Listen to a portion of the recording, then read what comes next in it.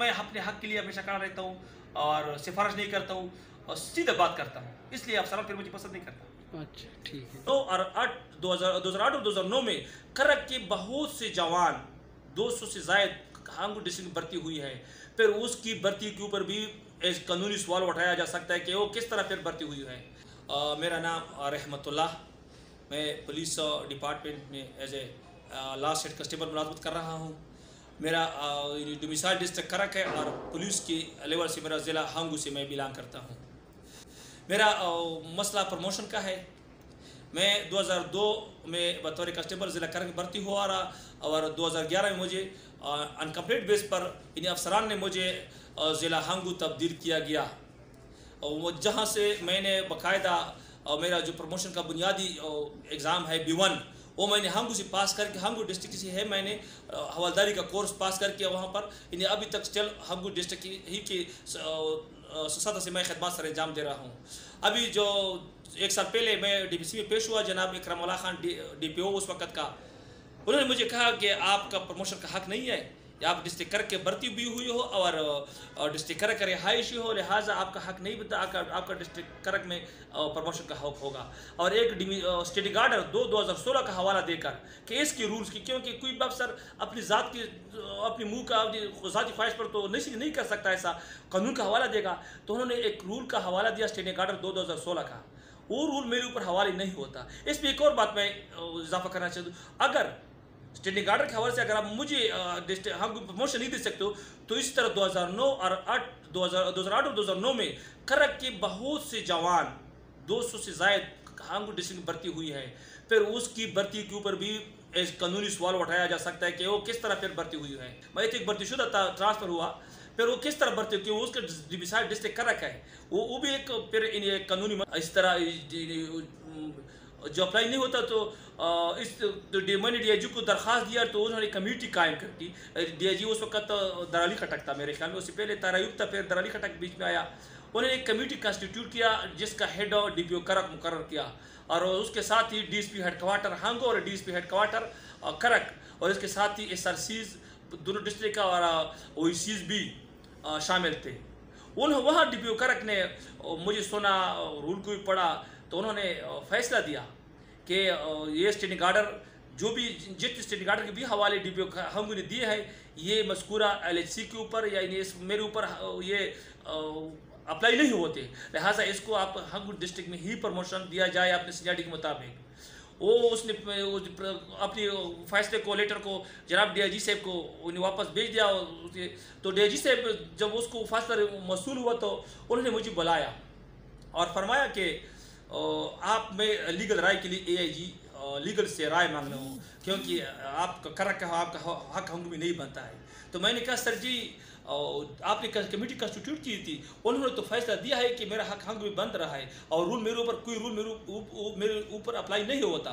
तो उन्होंने फरमाया कि ठीक है, आपके ऊपर रूल अप्लाई नहीं होता, ताहम मैं राय लेता हूँ, और आपका ये लीगल का मसला है, मैं DIG हेडक्वार्टर रह चुका हूँ, मैं AIG लीगल से राय लेता हूँ।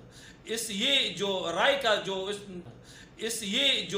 का लेना है जनाब डिप्टी इंस्पेक्टर जनरल पुलिस का, ये गैर कानूनी अमल है, क्योंकि वो DPO करक का फैसला पहला मुअत्तल करेगा, मुअत्तल करके फिर उसके ऊपर कोई कानूनी रूल के हवाले से कोई एतराज़ उठाएगा, फिर इंस्पेक्टर जनरल पुलिस से वो मज़ीद कानूनी राय के लिए वो इस्तेदा कर सकता है। अगर वो फैसला इस तरह ही है, उसकी अपनी कमेटी जो उन्होंने बनाई थी वो उसको रद्द नहीं करता, फिर मुझे तो समझ नहीं है कि वो किस कानून के तहत वो राय मांग रहा है। कि उसने एक और बात, यही कानूनी राय के लिए DPO करक ने लिखा था कि हम इस मसले के लिए AIG लीगल से हम राय मांगते हैं, तो इसी DIG ऑफिस ने, इसी कुर्सी ने उसको रद्द किया कि नहीं, इसमें राय की कोई ज़रूरत नहीं है, कानूनी अहकाम नहीं है, ये DPO करक को लेकर कि आपका इख्तियार है, आप इसको कर सकते हैं, इसके ऊपर आप फैसला करें। जब वो एक दफ़ा ये राय को रद्द किया, तो फिर अभी मेरे समझ से बात आ रहा है कि DIG से किस बुनियाद से राय मांग रहा है। अभी तो मैं एक गरीब शख्स हूँ, मैं इसके साथ न वो किसी की तरह भी मैं इससे जंग नहीं कर सकता, ना कानूनी न कोई मेरे साथ ऑप्शन है खुदकशी करने का, क्योंकि मैं एहसास हूँ ज़्यादा, और हक के लिए मैं जब मेरे साथ हक तरफी होती है तो मेरा सुकून नहीं होता, गारत होता है। लिहाजा फिर मैं हाई डिप्रेशन का शिकार हुआ अभी, और सारे पूरा साल से मेरा ख़ानदान भी डिस्टर्ब है और मेरे जहन में बार बार ख़ुदकुशी के जो सवाल ये उठ रहा है कि आया मैं अपनी ज़िंदगी ख़त्म करके मुझे ज़िंदगी फ़रार हो जाना चाहिए।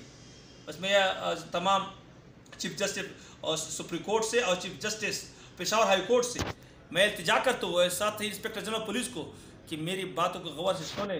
अगर मेरे ऊपर ये कानून अप्लाई हो गया तो मैं आपको इस्तीफ़ा देता हूँ, क्योंकि मैं फिर तो मैं गलत हो गया। प्रेस क्लब आने का क्यों फ़ैसला किया आपने? ये मामलात आपने ऑफिशियली तरीके से अपने दफ्तरी मामलात में क्यों नहीं हल किए? प्रेस क्लब आने की क्यों नौबत पेश आई, ज़रा बताएंगे आप? सर जी, ये प्रेस क्लब आने की नौबत इसलिए पेश आई कि हमारे अफसरान मतहत की बात नहीं सुनते। मैंने इस सिलसिले में इंस्पेक्टर जनरल पुलिस को इस्तदा की थी, मेरा दरख्वास्त रिजेक्ट हो गया, लिहाजा अभी और तो मैं कर नहीं सकता। मैं 21 साल तजुर्बा है। अफसरान पुलिस इतने मगरूर होते हैं कि वो मतहत को लुंडी समझ रहे होते हैं, उसकी बात नहीं सुनते। अगर मतहत अपने हक की बात बयान करता है तो वो, अगर उसकी मूड अच्छा ना हो तो वो उसको नहीं सुनता, वो किसी गेट आउट, अब खामोश रहे, आप मत बयान करें। लिहाजा हम वहाँ अफसर के सामने अपनी आज़ादाना माहौल में हम बात नहीं कर सकते, अपनी जो हमारी मौक़िफ़ होते हैं वो बयान नहीं कर सकते। इसलिए मैं मीडिया को आया, यहाँ मैं आज़ाद के साथ अपना मौक़िफ़ बयान कर सकता हूँ, तफसीर के साथ। कि अफसरान अब हमसे तफसीर नहीं पूछते, ना वो हमें छोड़ते हैं इतना। पहले उनके साथ तो हम अफसरान के साथ पीसी के लिए भी जब हम जाते तो वो इस्लाम प्रोसेस होता है, एक डिसिप्लिन वो क्रिएट किया हुआ है। डिसिप्लिन के नाम पर मतहत का वो क्या होता है, मतहत का सत्यानाश होता है, उसका वो सारी उसकी एक गुलाम अंग्रेज़ की जो गुलामाना तर्ज बनाया गया है, उसी की वजह से मैं अफसरान के साथ इसलिए प्रेस क्लब आ गया ताकि यहाँ मैं अपनी मौक़िफ़ आज़ादी के साथ पेश कर सकूँ। ये पुलिस ज्वाइन क्यों की थी? आपका क्या शौक़ था इसका? पुलिस का कोई और चीज़ शोबा क्यों नहीं ज्वाइन किया जी आपने? यार पुलिस तो मैं एक डिपार्टमेंट है, किसी का ज़ाती जगीर तो नहीं है ना। मैंने इसलिए ज्वाइन की कि मैं भी इस मुल्क का शहरी हूँ, मेरा हक है किसी भी डिपार्टमेंट जाने का, चूँकि गुर्बत होती है और बेरोज़गारी होती है। लिहाजा मैंने इस विगल से मैंने अप्लाई किया और पुलिस ज्वाइन किया। इसलिए ज्वाइन किया साथ ही मेरा एक ज़मीर भी है, मैं आवाम की खिदमत भी करना चाहता हूँ। मैं जो भर्ती हुआ हूँ, मैंने टेस्ट दिया है, वहाँ पर कुछ सवाल मुझे उस वक्त के जिस DPO हम भर्ती कर रहे थे उन्होंने दी थी पर्चे में, मैंने उसका जो जवाब दिया है, अगर उसको आप कोई भी पढ़ सके तो बिल्कुल तफसीलें है। मैं एक मिशन के तहत हूँ और मेरा ज़िंदगी भी एक मिशन के तहत है। अगर ज़िंदगी मिशन ना हो तो मेरे ख्याल में ज़िंदगी कोई फ़ायदा नहीं। ठीक, ओके जी। एक सवाल और कि आपके कितने बच्चे हैं भाईजान? मेरे 9 बच्चे हैं, 6 बेटे हैं और 3 बेटियां हैं। इसमें 6 स्कूल पढ़ते हैं, जो बकाया है एक मेट्रा किया हुआ है, अभी वो थोड़ा बहुत काम करते हैं उधर साल्ट फैक्ट्री में, और तलीम का मैं वो कर नहीं सकता उसकी, क्योंकि मैं खर्च बर्दाश्त नहीं करती। ये 6 के ऊपर ये कर्जदार होता हूँ। बकाया जो है छोटे हैं, जो मजीद 3-4 वो छोटे हैं। अच्छा, यानी कि बड़े तालीम से रोक लिया आपने, खर्चा नहीं बिल्कुल खर्च बर्दाश्त नहीं कर सकते, इसलिए मैंने उसको काम पे लगा दिया साल्ट फैक्ट्री में। अच्छा, हमारे इलाके में साल्ट की नमक की बहुत सारी फैक्ट्रियाँ हैं, उसके ऊपर मजदूरी पर लगा दिया। अच्छा, यानी कि अपने आप एक और बात है, मेरा एक दूसरा बच्चा है जो अभी 9th के पर्चे दे रहा है, वो इंतहाई काबिल है, वो शौक भी पढ़ता है, लेकिन मेरे साथ इतना वसाइल नहीं है कि मैं उसकी तालीम को उसी तरह, जिस तरह उसका शौक़ है या जिस तरह वो हासिल करना चाहता है, मैं उसकी उस तरह नहीं कर सकता उसका।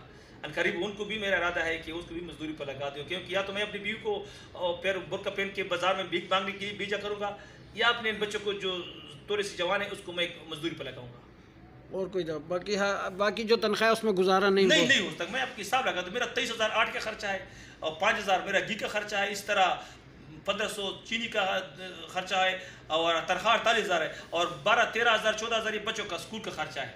और घर का तो सारा ये खर्चा हो गया ना। घर के जो सब्जी के अक्सर मैं कर्जदार होता हूँ, ये जो मेरा बेटा है वो मजदूरी करके बस मैंने जो रूटीन बनाया हुआ है, मैं ये काला चाय सिर्फ पत्ती को चाय में उबाल करके तो चीनी डाल के उस खुश्क रोटी के साथ हम खाते हैं 2 टाइम। यहाँ पर मैं जो कल से मैंने अपनी ये प्रोग्राम शुरू किया है कि मैं चाय के साथ रोटी खाता हूँ, क्योंकि मैं अखराजात बर्दाश्त नहीं कर सकता हूँ। यहाँ पेशावर बहुत ज़्यादा अखराजात हैं, मैं बिल्कुल मजबूर हूँ। अगर मुझे किसी ने भी तंग किया तो मैं फिर भीख मांगने के लिए बाजार में यूनिफॉर्म में आ जाऊँगा, क्योंकि मैं क्या करूँ। अच्छा, वैसे तो ओवरऑल आप पुलिस के डिपार्टमेंट के, बाकी पुलिस का जो इज्जत और वक़ार है उससे तो आप मुतमईन है, वो तो सिस्टम से खुश हैं? बिल्कुल। पुलिस का तो इस यूनिफॉर्म का तो एक इज़्ज़त है, मगर अफसरान पुलिस मतहत की इज़्ज़त नहीं करता। ये मैंने 21 साल सर्विस करके मैंने रियलाइज किया, और मेरे साथ बहुत ज़्यादा दूसरी भी ज़्यादतियाँ हुई है। पुलिस अफसर अपनी मतहत की कोई इज्जत नहीं करता, कोई भी, न उसका हकूक़ का तवज्जो करता है और न उसकी इज्जत करता है। अच्छा, वैसे तो कौम के आगे तो मोराल बहुत बुलंद है, इतनी कुर्बानियाँ, इतनी इसका इज़्ज़त और वक़ार तो बहुत बुलंद है, बड़ी कुर्बानियाँ दी हैं। कौम के सामने पुलिस का वक़ार इंतहाई बुलंद है, और कौम पुलिस से मुतमईन है इंतहाई, क्योंकि पुलिस की कुर्बानियाँ मेरे ख्याल में तारीख़ में यहाँ पर किस तारीख़ बहुत ज़्यादा है। मेरे जो अभी हालिया जो पुलिस का जो कुर्बानियाँ हुई हैं, मेरे सन 65 का जो जंग हुआ या 71 का जो पाकिस्तान में फ़ौज का, इतनी शायद फ़ौज की भी नहीं होगी जितनी पुलिस की है। और एक और वाक़या, ये जो 100 से ऊपर लोग शहीद हुए, ज़ख्मी हुए पुलिस लाइन धमाके में, किसी जंग में, इन जंगों में भी 70 सहाबा शहीद हुए, जो बेतलवार जंग थी। ये सबसे ज़्यादा इन्हें बैक वक्त शहीद होने वाले फ़ौज के अहलकार पुलिस है, जो कि बैक वक्त शहीद तारीख में इसकी मिसाल नहीं मिलती इतनी ज़्यादा। यानी कि आप खुश हो पुलिस के? बिल्कुल, पुलिस आवाम हमारी इज्जत करती, पुलिस में खुश हूँ मैं। पुलिस एक खिदमत है, पुलिस का नौकरी एक हम अवामी खादिम है, और मैं हल्फिया कहता हूँ कि मैं नौकरी बिल्कुल एक पब्लिक सर्वेंट की हैसियत से करना चाहता हूँ और कर रहा हूँ। अभी तक मैंने किसी की भी मेरे ऊपर कोई ऐसा कंप्लेंट नहीं है पब्लिक की सतह पर। अफसरान के, छोटे अफसरान की नहीं है, लेकिन बड़े अफसरान के साथ मेरा जो सर्विस रिकॉर्ड है उसमें बहुत ज़्यादा बेड एंट्री है। सारे वो ऐसे है जो छोटी सजाएँ हैं, क्योंकि